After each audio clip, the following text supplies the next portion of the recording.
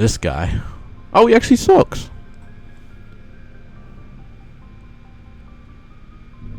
Anything you need, Commander?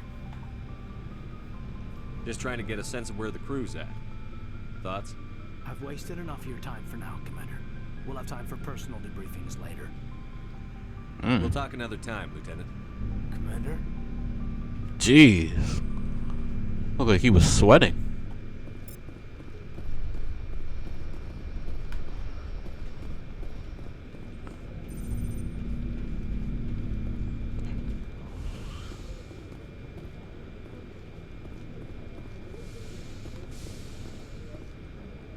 No. Not sure what that does, really. Or maybe this is my personal quarters. Yes, Commander? Is there something you need? I should go. Nope. Goodbye, Commander.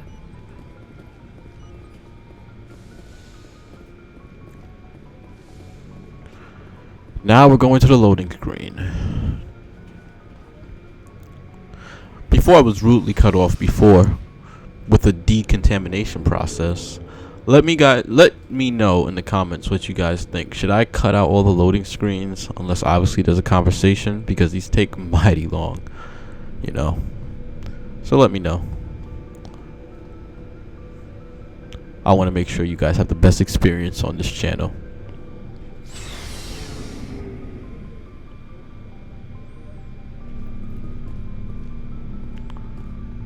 Okay. Hey, he seems like he'll be fun to talk to. Nice ship you got, Shepard. What can I do for you? What's your story, Rex? There's no story. Go ask the Quarian if you want stories. You Krogan live for centuries. Don't tell me you haven't had a few interesting adventures. Well, there was this one time the Turians almost wiped out our entire race. That was fun. That's unfortunate. I heard about that.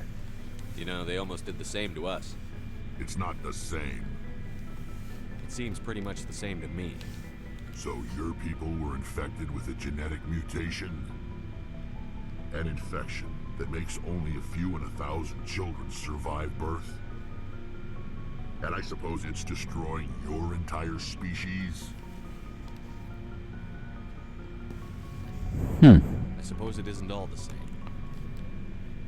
I don't expect you to understand, but don't compare humanity's fate with the Krogan. Sorry, Rex. I wasn't trying to get you upset. Your ignorance doesn't upset me, Shepard. As for the Krogan, I gave up on them long ago. The genophage infected us, but it's not what's killing us. What can you tell me about the genophage? Ask the Solarians if you want details. They made it.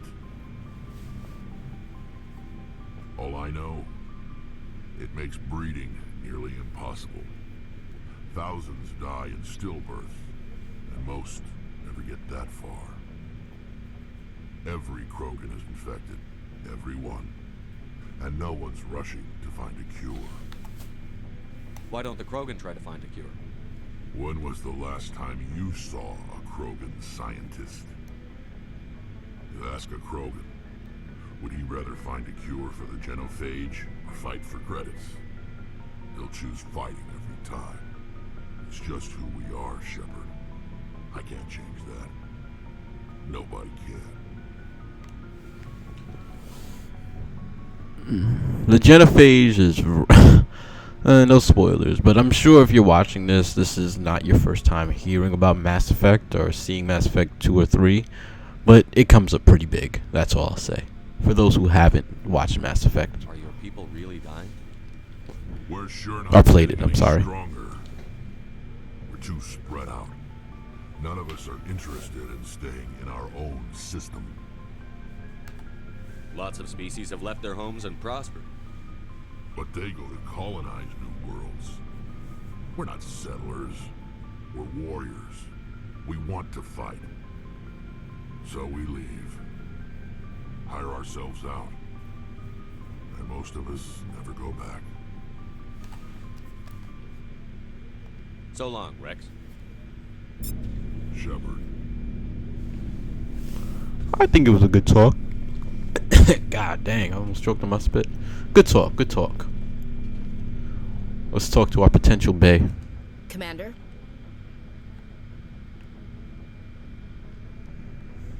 What's your opinion on the last mission? Kinda wish you'd got there sooner, Commander. No offense, I appreciate the rescue. I just wish... You wish we'd been able to save the rest of your unit. Yes, sir. If I had been more alert, we wouldn't have been cut down by an ambush. The Geth are perfect ambushers. They don't move, they don't make noise, they don't even breathe. Sir, they have flashlight heads. I'll make sure it doesn't happen again. Do you have a few minutes to talk one-on-one? I'm sorry, Commander. I need to get my duties squared away. I wouldn't mind talking more later, though. Dismissed, Chief. Sir.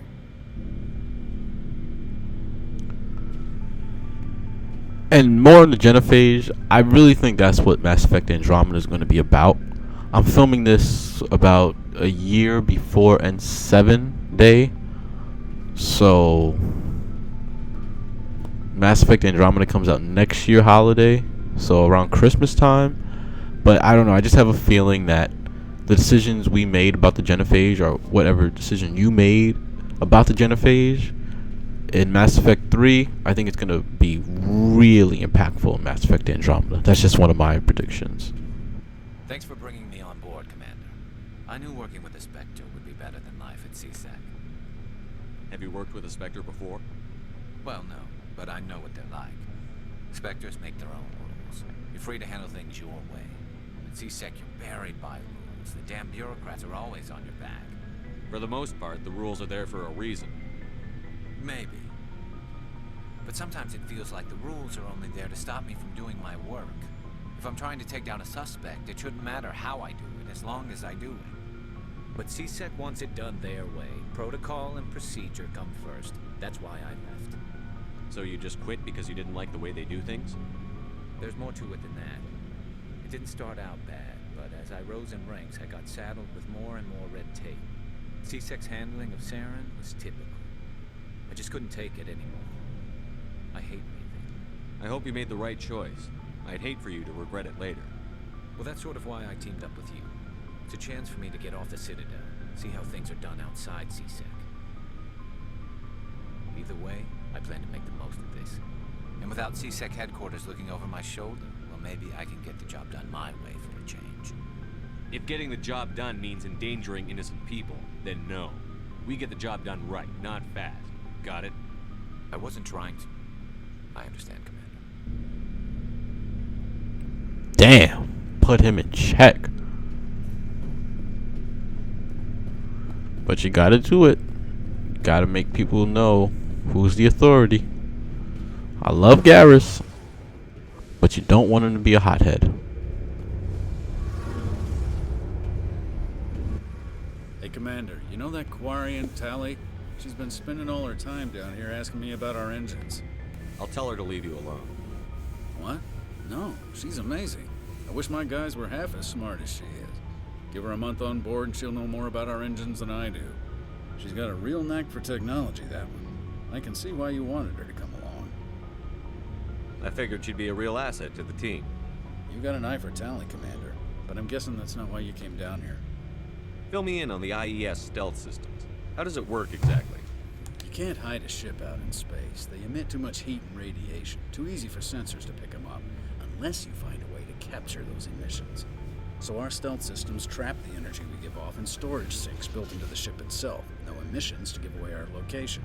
Eventually the sinks have to be vented. More than a few hours silent running and they overheat. Cook us inside our own hull. There's no way for anyone to detect us? God A damn. visual scan can still pick us up. Anyone looking out a window can see us plain as day. But you have to be pretty close to get an actual visual out in space. Most vessels rely on scanners. As long as the stealth systems are engaged, they can't see us. Not unless we accelerate to FTL speeds. Why doesn't it work with faster than light travel? Cranking up to FTL, blue shifts our emissions, pushes them into frequencies too high to capture in the sinks. As soon as we make the jump, it's like setting off a flare. Sensors can pick up our location whenever we enter or exit FTL flight, but for short-range missions, our stealth systems are amazing, and we've got the only one. I want to know more about the Normandy. She's the best ship I've ever served on, probably the fastest vessel ever designed. She's the only one using the new Tantalus drive core. What's so special about the Tantalus drive core? Proportionally, it's about twice the size of any other vessel. Not only are we faster, we can run at FTL speeds longer before we have to discharge the core. Where else have you served, Adams? If you name a class of Alliance ship, I've probably served on it. Everything from dreadnoughts and carriers right down to frigates like the Normandy. My last assignment was on the Tokyo, only a cruiser, but she was a good ship. Couldn't hold a candle to the Normandy, though. Carry on, Adams. Aye, aye, Commander.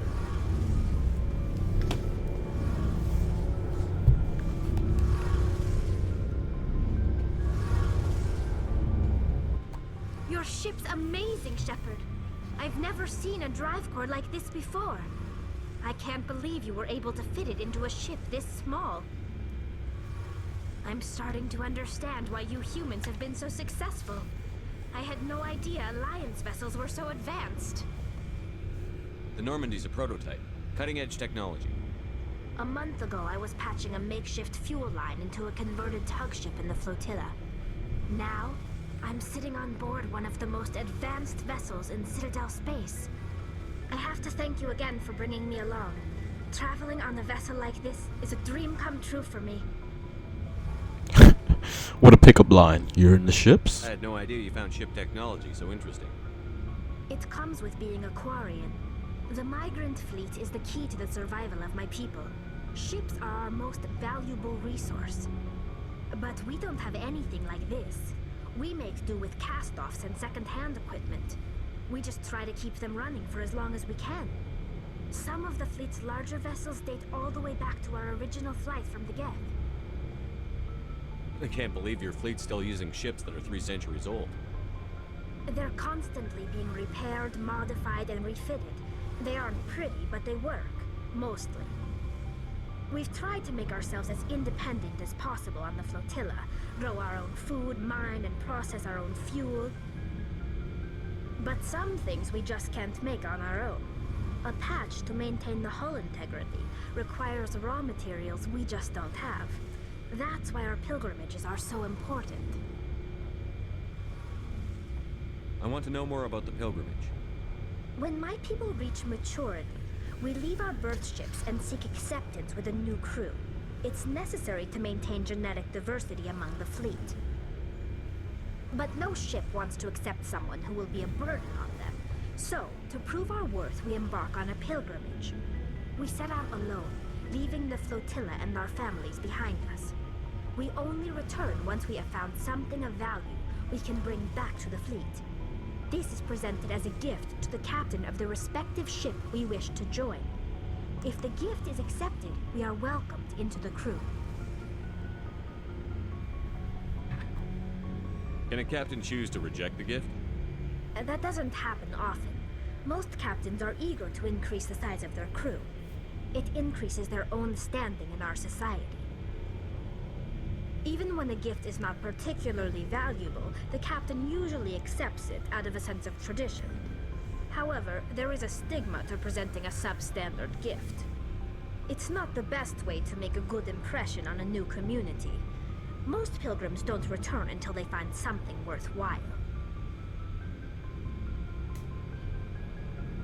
I want to talk about something else. Like what?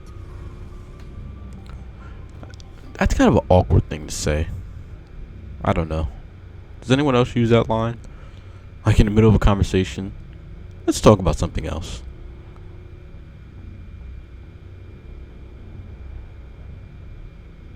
I want to know more about the Geth. I doubt I can tell you anything you don't already know. It's been almost 3 centuries since they drove my people into exile. All I know is the story of their origins. What they were when we created them, and how they turned on us. Interesting. The Geth were originally created to serve as an automated manual labor force. Initially, their intelligence was as limited as any VI. Over time, we made small modifications to their programming to allow them to perform more varied and complex tasks, bringing them closer and closer to true AI status.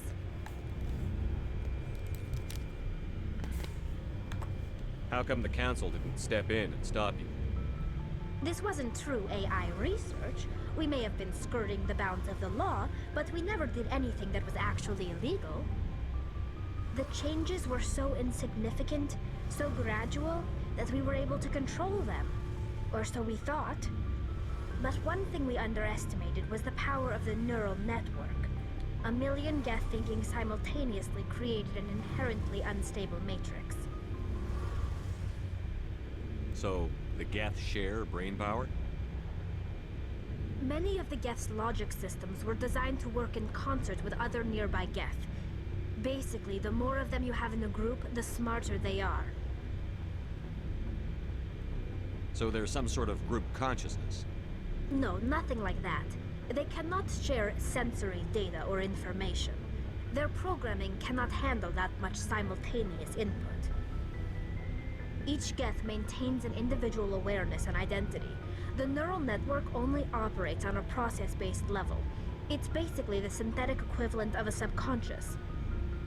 But when they're in close proximity, they can coordinate low-level functional processes, freeing up more capacity for original or independent thought. Honestly, this is my That response. doesn't make any sense.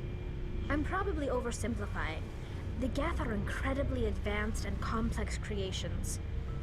All you need to know is that they get smarter when they gather in large numbers. As we built more and more Geth, their effective intelligence became more sophisticated, more abstract. One day, a Geth began to ask its Quarian overseer questions about the nature of its existence. Am I alive? Why am I here? What is my purpose? As you can imagine, this caused a near panic among my people. I don't see what's so bad about those questions.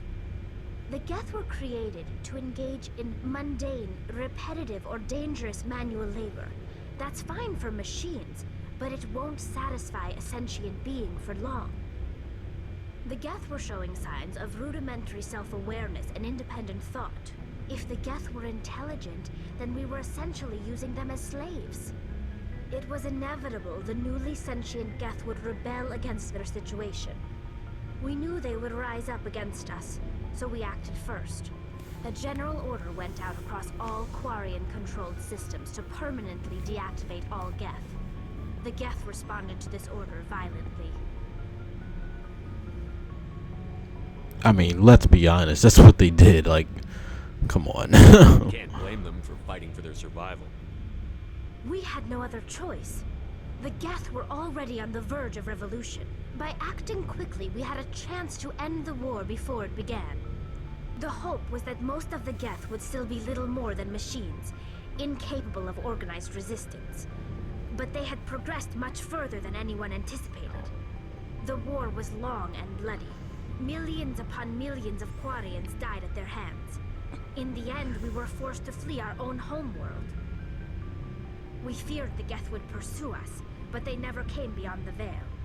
Now we drift through space, exiles searching for a way to reclaim what was once ours. Serves you right. It kind of does, to be honest. Okay, I've had enough talking to her. I should go. See you later. But I mean, come on. Come on. What do you expect? It's like a preemptive strike. I get it, but it's like they threatened you in the first place. I don't know. I don't see the logic with the Quarians with that one. But that story is very interesting. I can't even lie. Alright, we talked to all the crew members. Now, our next step is to go to space. Well, other space. I don't know which one I'm going to do first. Time to decide. I wish YouTube had, like, this live thing where right when you guys are watching, you can pick right away. Oh, no, Twitch can do that. Oops, I didn't mention Twitch. But Twitch does that. Alright, let's try this guy again. There we go. If anyone has to take over for Captain Anderson, I'm glad it's you.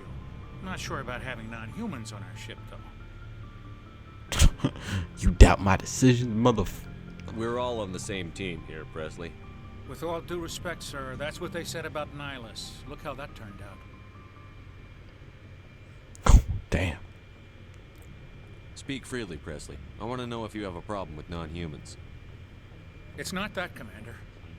Humanity has always handled its own problems. Saren attacked one of our colonies. We should be the ones to stop them.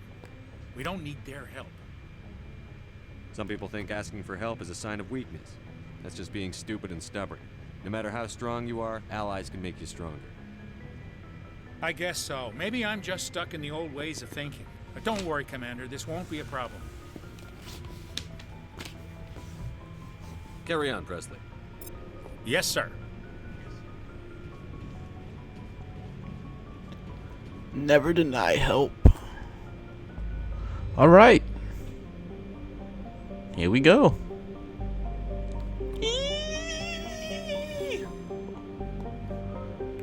Alright, let's zoom out of this, baby. Zoom out a little more. And one more time, we're gonna zoom out one more time. There we go.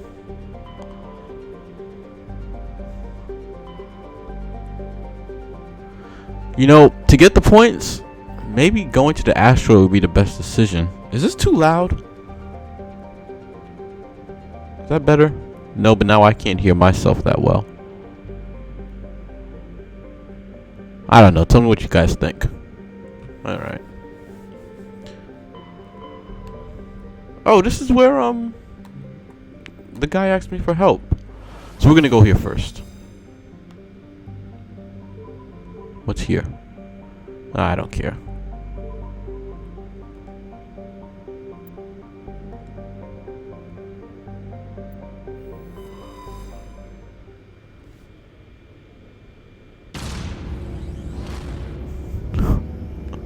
Oh man.